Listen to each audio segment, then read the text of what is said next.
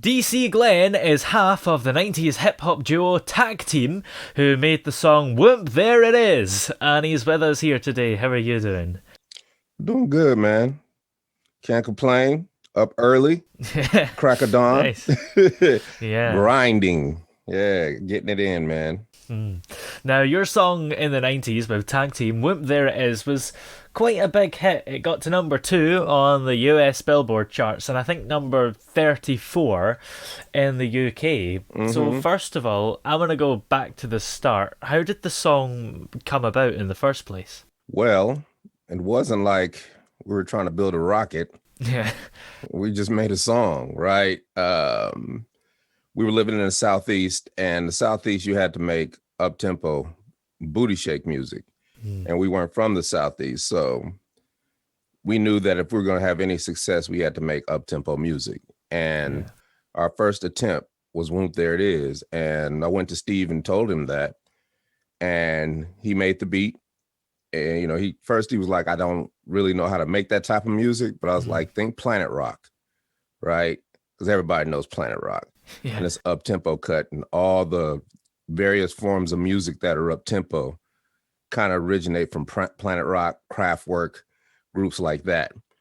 And he put the beat together and used the Kano sample. And then I had a thick, just a bunch of rhyme books, right? And I started trying to match the song to the beat. And there was a song that I had maybe a couple of lines written on called Whoomp, There It Is, and finished it up. We went to the studio, and I worked at a club called Magic City in Atlanta, Georgia, because I've been a DJ since I was a kid. And I was DJing at this club, and I went to work, popped in a cassette, and, push play. And to this day, that is the biggest response on any record I've ever had. And I've played millions of records. So I knew I had something, and fast forward to maybe 6 months later, started working the record, finally got a deal with Bellmark Records, and gave my 2 weeks notice at Magic City. Yeah. And signed a contract. And in a month and a half, we had sold 1 million records, platinum. Wow. That's incredible. Was that just a complete shock at the time? I can't say it was a shock. I can say it was rather exhilarating because everything was moving so fast. And when you work so hard to achieve something, it's not a shock when it happens to you, right? Everybody's like, what was that like? And I was like, it was fun because in anything, if you figure out how to fix the sink, or if you graduate from high school, or if you just figure out how to build a website and you do it, anything you accomplish, if people ask you, what was it like? You're like, just felt good because I finished it, right? And it worked. Everything I was trying to do worked. And I can't say that I was just slap happy. I was ready to work. And we had started doing shows instantly. And we started doing television appearances, and we started doing all kind of things. So we were off to the races, and it did, it helped accelerate it because a good friend of mine is Ed Lover. And Ed Lover came to me before I left the club, and he heard the song. And he was like, Money, what's that? And for those who don't know who Ed Lover is, Ed Lover and Dr. Dre used to host MTV's Yo MTV Raps back in the day. And it was like one of the first hip hop shows in hip hop, in hip hop history, because that was at the beginning, right? Yeah. And he was like, man, you got to give me that. And I gave him a cassette, and he was like, man, I can't do nothing with no cassette. I need vinyl, right? Yeah. And so when I left Magic City, I told Mr. Bell from the record company, I said, hey, we got to have some vinyl. Yeah. And then finally got a couple pieces of vinyl, and he met me down in Magic City because he came in town from New York, and gave him a couple of pieces of vinyl. And that Monday, I'll never forget it. Him and Dre played Whoomp, There It Is the entire show. Wow. And that did it. Yeah. And then maybe a week later, the Chicago Bulls had won the NBA championship for the third time. And whenever they celebrate in Grant Park. And Grant Park, there's like 500,000 people celebrating their win.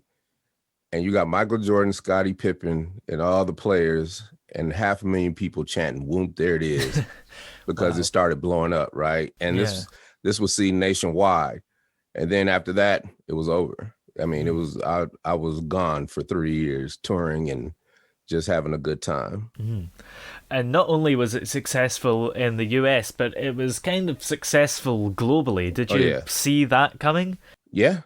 I Mm. mean, everybody, I see, I do things to see things like this coming, Yeah. right? Just like everything I try to do, I know that is going to be big. Everybody's like, well, and if it's not big, at least I tried, right? Yeah. But I never go into anything saying, hey, maybe I might do. No, no, no, no. I knew it was going to be big. Now, this Geico commercial we got out in the States, that has become bigger than I could have ever imagined. But Mm. on the other side, I put a lot into it to ensure that it would become big, right? But I Yeah. didn't know how big it was going to become. And right now, my life is bananas. Right, I got four interviews today. Wow. Right, you're the first. Yeah. Yeah. So, Mm. but it feeds into the narrative of what I do because I'm an actor. I'm a Yeah. voice artist. I do search engine optimization. I'm real techie, Oh. and I'm a businessman. Yeah. So I have all these hats, and I'm self-sufficient, and I can create my own narratives out there where I can be successful in anything I put my mind to. It just Yeah. requires the work, and I'm always willing to do the work. So Yeah. that's that we had a good run, and it's never died. We've always been doing shows, and you just learn lessons along the way to make you better. And then hopefully you can have a career that, you know, our career is still going. Yeah. And now the opportunities are coming so hard and fast that, you know, this is the fun part, the work, the Yeah. challenge. You know what I mean? The challenge of Yeah. handling it all. So I'm having a ball, man. I'm just Mm. glad to be here on this podcast with you. Yeah, absolutely. And Hmm. were any of your other songs successful, or was it just a kind of one-hit wonder thing? I mean, basically, Whoop, There It Is was so big. Yeah. We were never going to make another record that big. Well, yeah. We had records that people like, but we were going to never. And then, we kind of made a mistake by trying to go back to hip hop because we were hip hop first, right? Yeah. But we knew how to make up tempo music, and we made some up, but we wanted to be hip hop so bad that our albums were like half and half, and nobody wanted to hear us be hip hop because they knew us for Whoop, There It Is. Mm. So that kind of was a fatal flaw. And then the record company went bankrupt. And then we were in like a 20-year lawsuit with two record companies fighting over us. Wow. And it just stifled everything we were doing. So, Whoop, There It Is was enough. And for me, I embrace one hit wonder. You damn right I'm a one hit wonder.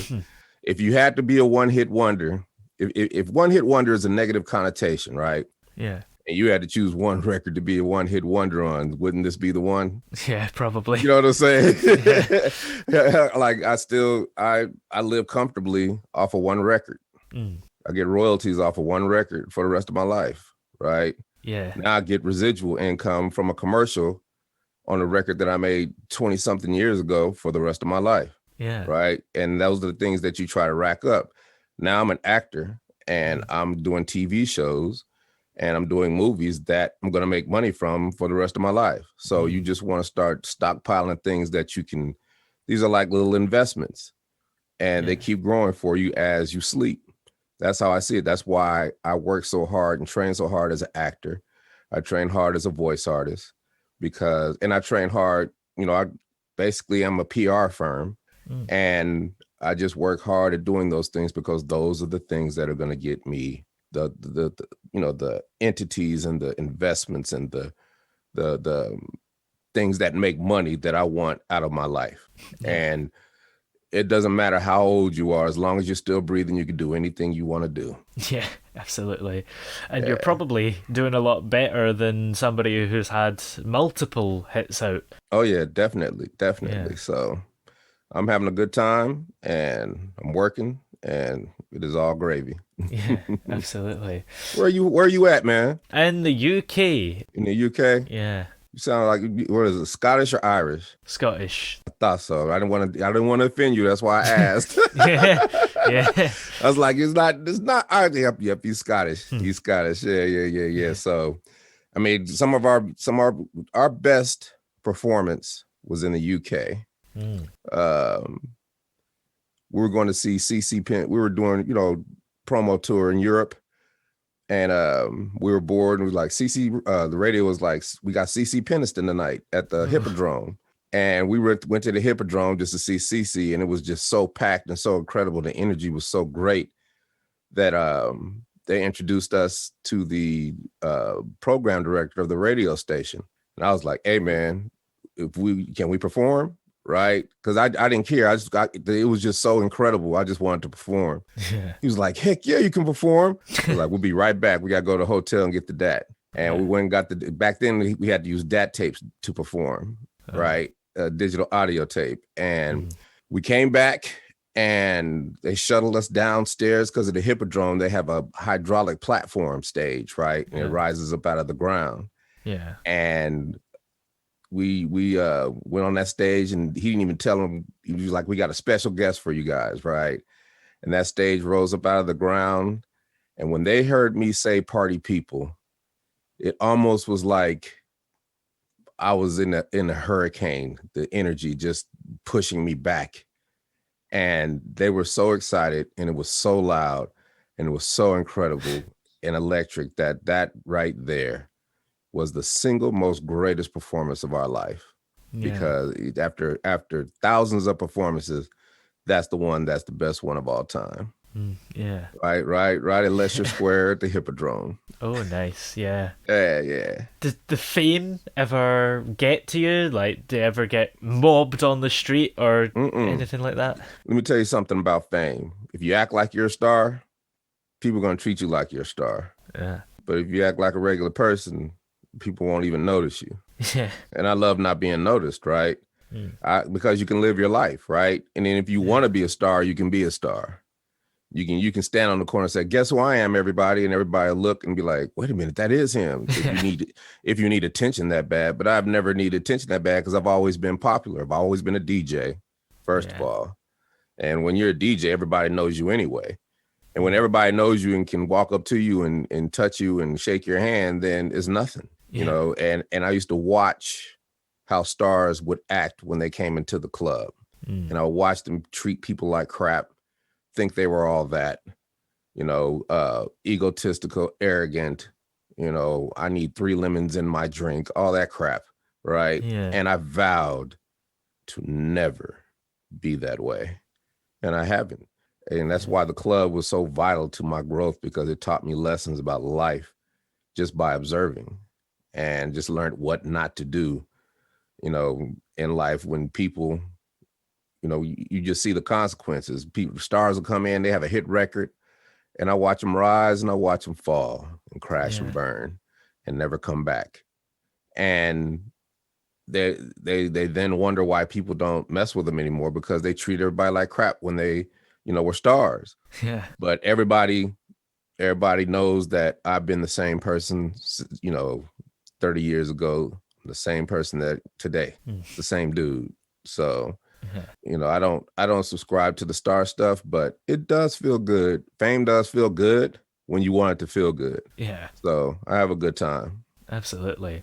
And you also did a version of the song on the Disney album, Mickey Unwrapped, called Whoomp, There It Was. Yeah. Was that a kind of honor to be asked to do that? Actually, it was. And what's so amazing is that there are just these things that happened during that time that could have catapulted me into just superstardom, but I didn't see them in front of me.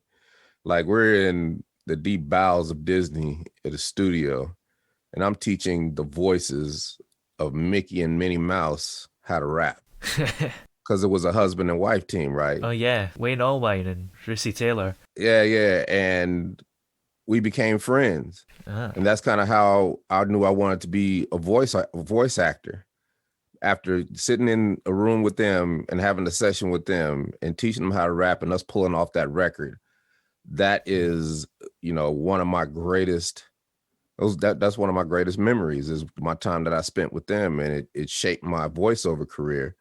And I started training for voiceover and been training for voiceover ever since because it's difficult. Yeah. And if you're a DJ or a radio personality, it's really difficult because you're stuck in all your bad habits, and you got to get rid of those bad habits to do commercial or animation or video games or whatnot. So it just really grounded me in the things that I wanted to do later on in life. And I've just been so blessed to be able to do the things that I love to do right now and not have to worry about anything. And even if I did have to worry about anything, I wouldn't, because I get to do what I love. Yeah, so I'm having a good time. Yeah. And are you working on anything at the moment that you're able to share with us? Nah.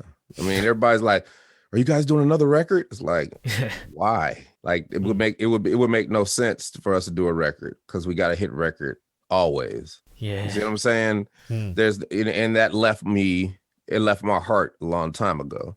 Like hip hop is a young man's game. Being an artist, is not really necessarily a young man's game. But for me to be an artist again, it would require an effort that would be the only thing I would do. And I don't love it that much for it to be the only thing that I would do. Yeah. Right. So right now, my focus is on acting. I'm giving everything I got to acting and voiceover. And I know that I still make music, but maybe I can, one of these Christmas movies I'm auditioning for, I could write a dope Christmas song. Oh, yeah. Right. That way I can still have fun and it's still in my heart making a song, but it's not for consumption for society and for society to judge me and say, look at DC old ass trying to do a damn record again. Right. And this way, that's another investment, because if you bust a Christmas song and it's a halfway hit, if it's just stomachable, it'll get played every year Christmas time. Think about Mariah Carey, All I Want for Christmas. If it's in a movie and the movie's a halfway hit and it gets played every year during Christmas, boom. Think about Elf and Whoomp, there it is. Generations of kids have grown up watching that. Like people like right now with the Geico commercial, you see parents reliving their youth because they see that commercial, but then the kids are rocking to it too. And they're like, what do you know about Whoomp, there it is? Like everybody knows that record.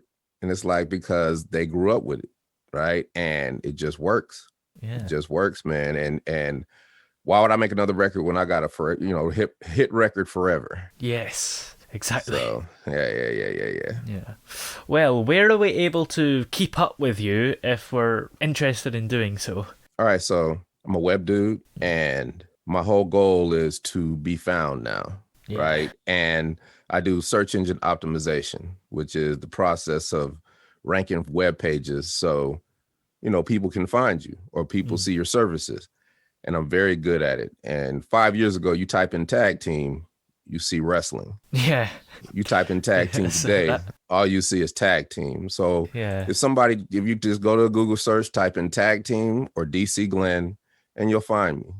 Yeah. You know what I mean? I'm not, I'm in all my social networks are DC Glenn ATL or tag team Whoomp. So you choose, hit me up, and I might call you and help you. You never know. I'm always giving advice because I'm a motivational speaker and I love to do this. So I had a good time being with you today, man. And hopefully we can do it again. And I can give you an update after all this Geico craziness is over with. Yep, definitely. But whenever that happens. Yeah. I'm just having a good time and living life. And I appreciate you having me on. Well, I appreciate you coming on the show. Thank you very much for joining us. You got it, man. Hey, everybody. Take care.